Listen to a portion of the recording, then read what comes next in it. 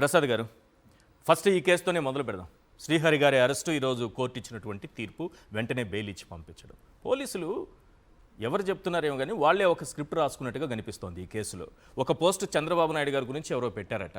ఒక వ్యక్తిని తీసుకెళ్ళి అతని కన్ఫెషన్ మాకు ఇచ్చాడు, అందులో శ్రీహరి పేరు కనిపించింది మాకు అని. ఎవరి పేరైనా చెప్పేయచ్చా?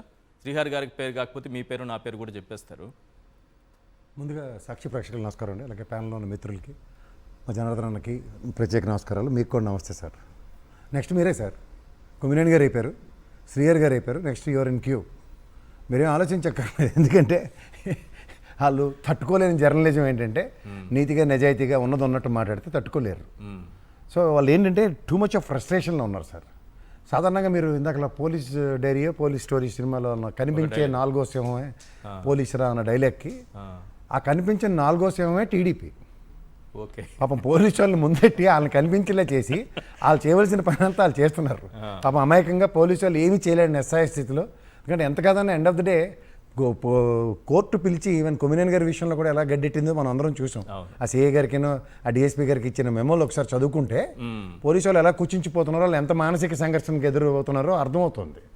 సో ఈ సందర్భంలో ఈవెన్ శ్రీహరి గారి విషయంలో కూడా చాలా కేటగారికల్గా పొద్దున్న లేడీకి లేచిందే ప్రయాణం అన్నట్టు పొద్దున్న 8 గంటలకు ఆయన తీసుకెళ్లి అరెస్ట్ చేసి, మీరు ఎక్కడ దాకా అక్కడ మీరు నేను డిబేట్ చేసాం దీంట్లో బిఎన్ఎస్ చట్టాల మీద ఇప్పుడున్న ఈ పోలీస్ డిపార్ట్మెంట్కి ప్రాథమిక అవగాహన ఈ గవర్నమెంట్కి లేక 111 పెట్టేస్తున్నారు. మీరు పెట్టడం గురించి కాదు, వాళ్ళకి ఇచ్చిన ర్యాంకులు, హోమ్ మినిస్టర్ ఇచ్చిన ర్యాంక్ కోసం మీరు ఒకసారి రీకలెక్ట్ చేసుకుంటే వీళ్ళకి ప్రాథమిక అవగాహన లేదు. 36వ స్థానంలో 36వ స్థానంలో లాస్ట్ అదే. ఎందుకంటే ఇంకా అంతకంటే పాతాళంలోకి పడిపోవడానికి వేరే ర్యాంకు లేదు, ఇంకేం లేదు. ఇంకా మీరు ఇలా పెట్టి కనబడితే నెక్స్ట్ టైం ఆర్తబల్లం పడతారు. సో ఇక్కడ జరుగుతుంది ఏంటంటే ఈ బిఎన్ఎస్ చట్టాల మీద అవగాహన లేకుండా ఐపీసీ చట్టాల మీద ఈ పడదానికి చూసుకుంటే వెనక్కి వెళ్ళి ముందుకెళ్ళినా బిఎన్ఎస్ కొత్త చట్టాల మీద ఎలాగో అవగాహన లేక ఐపీసీ చట్టాలను కూడా కనీసం ఇంపోజ్ చేయడానికి చేతకాక ఓవరాల్గా ఏంటంటే ఎద్దిరిందంటే దూరకట్టి అన్న బ్యాచ్లో తీసుకెళ్ళి దొరికినట్టు అరెస్ట్ చేసుకుంటూ వెళ్ళి భయభ్రాంతులకు గురి చేద్దాం. ఇందులో మీరు జాగ్రత్తగా గమనిస్తే సార్, ఓఎస్డి ధనుంజయ రెడ్డి, మన కృష్ణమోహన్ గారిని, అలాగే ధనుంజయ రెడ్డి గారిని, ఇప్పుడు శ్రీహరి గారిని, అంటే జగన్మోహన్ రెడ్డి గారి రేడియస్లో ఉన్న వాళ్ళని ఫస్ట్ ప్రయారిటీలో నాకు తెలిసి మీరు నెక్స్ట్ సజ్జల గారే ఉండుంటారు. ఎందుకు పదే మీరు అంటే పదే అని నేను అంటలేదు. ఎందుకంటే మీరు look into their modus of ఆపరెండా.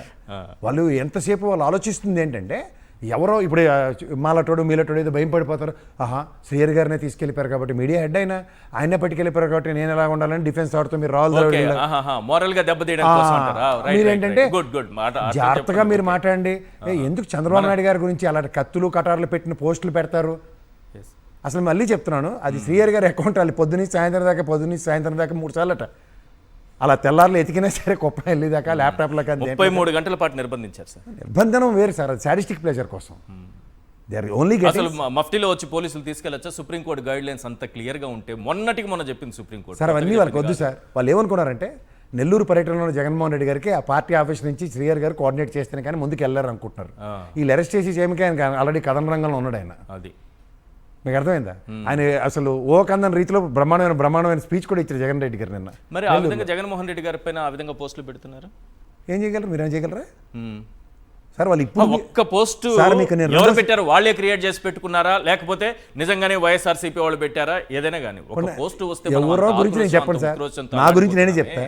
వాడే కాల్ చేస్తాడు, వాడే నన్ను ప్రొవోక్ చేస్తాడు, వాడే ముందు తిడతాడు. నేనే గాంధీ గారిని కాదు గారు నేను తిట్టింది రికార్డ్ చేసి ఆడు దాని మీద రేపు పొద్దున మీ మీద నా మీద మనం ఎన్నోసార్లు చర్చించుకున్నాం సార్.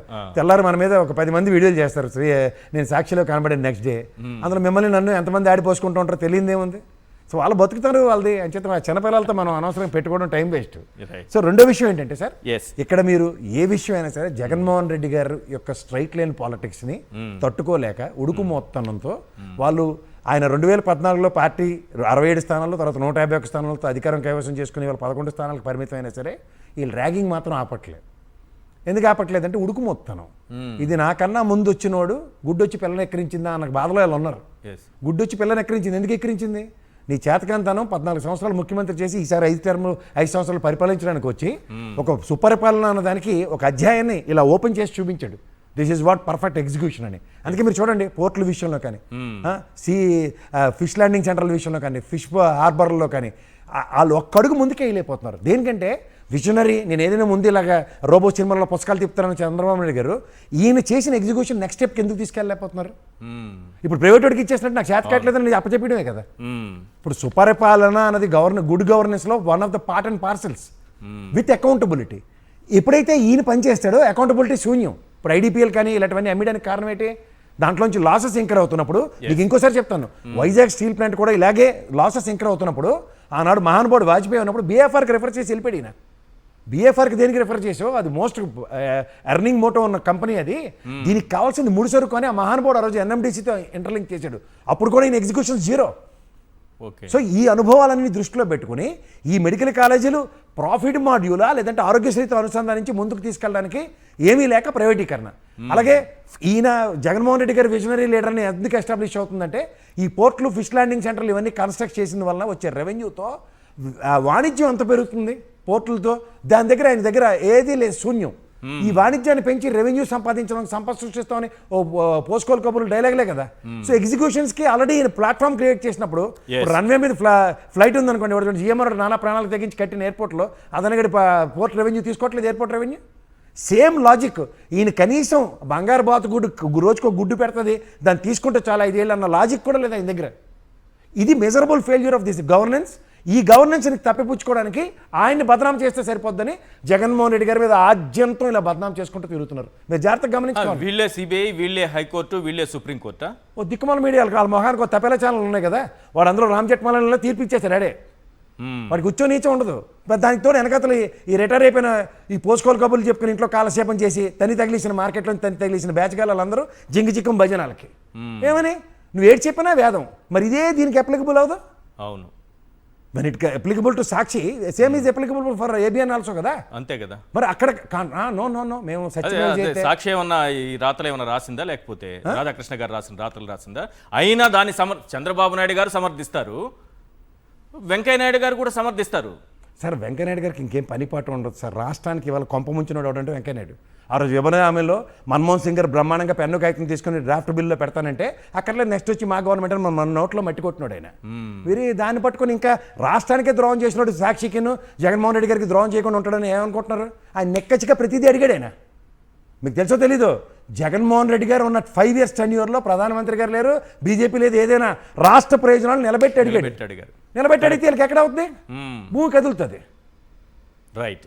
సో ఇవన్నీ దృష్టిలో పెట్టుకుని వాళ్ళు చేస్తున్న ఒకే ఒక్క పని ఏంటంటే ఇవాళ మనుషుల్ని అరెస్ట్ చేసో లేదా మానసికంగా హింసించో వాళ్ళ యొక్క శ్రీయర్ గారు బాగా చెప్పాడు, మీరు ఏం చేసినా జగన్మోహన్ రెడ్డి అని కథలు నడిచినోడికి కానీ ఆయన శ్వాస తగిలితే చాలా అద్భుతమైన ఆ శ్వాస తగిలితే చాలా అన్నోడికి నాగార్జున యాదవ్ ఇలాంటి వాళ్ళందరూ పార్టీ ఆఫీస్లోనే ఉంటారు. మరి అలాంటి వాళ్ళకి ఎన్నిసార్లు తగిలి ఉంటుంది శ్వాస? అవును, ఎవడని తెలుస్తాడా? రైట్. సో ఇవన్నీ దృష్టిలో పెట్టుకుని ఒక్కసారి చూస్తే చాలు అనుకుని జనాలు తండోపతండాలకు వస్తే దానికి కూడా చచ్చిపోతున్నారు.